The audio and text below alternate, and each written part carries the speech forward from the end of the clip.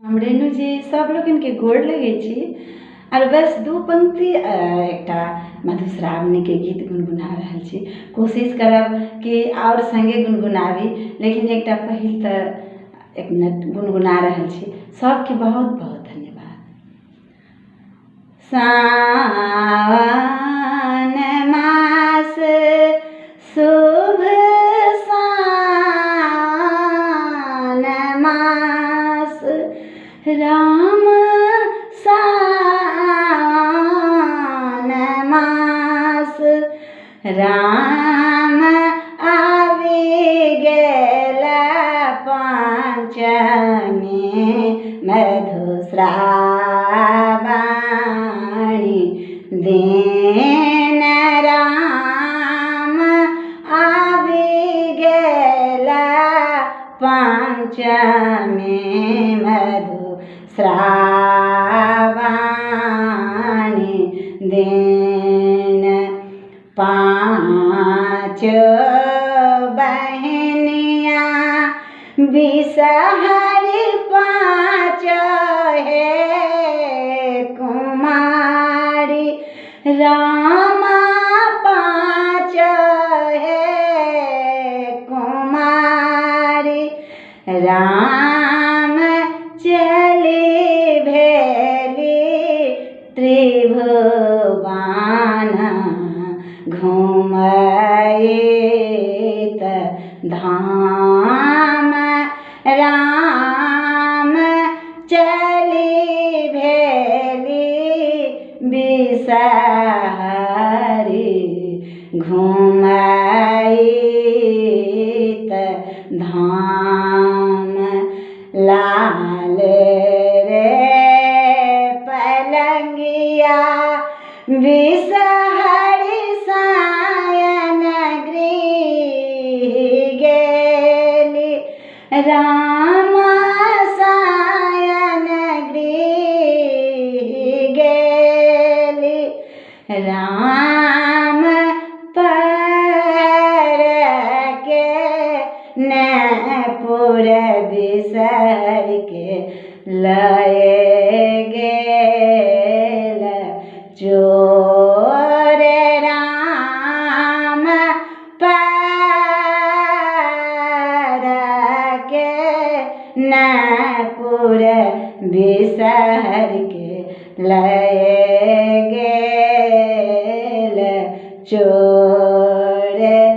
भोरे उठैते बिषहरि चरना निरेखु राम चरना निरेखु राम परहु के नपुर मोरा लए गेल चोर राम परहु के नपुर मोरा लए गेल चोर।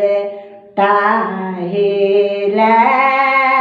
जे 5 बहिनी रोदना पसारू राम रोदना पसारू राम परहु के नपुर मोरा लए गेल चोर राम परहु के नपुर मोरा लए गेल चोर।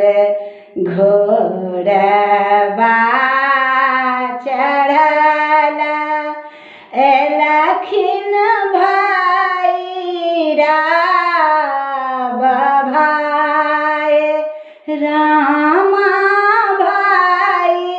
भैरव भाए राम के आहाँ के मारलनि बिसहरी कहाला कुबोल राम के आहाँ के मारलनि बिसहरी कहाला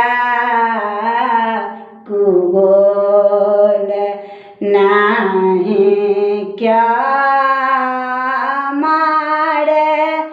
लानी नाही पढ़ु गारी रामा नाही कहु कुबोल राम पर के नपुर मोरा लए गेल चोर राम पर के नपुर मोरा लए गेल चोर जोने कानो जोने खीजू पाँच है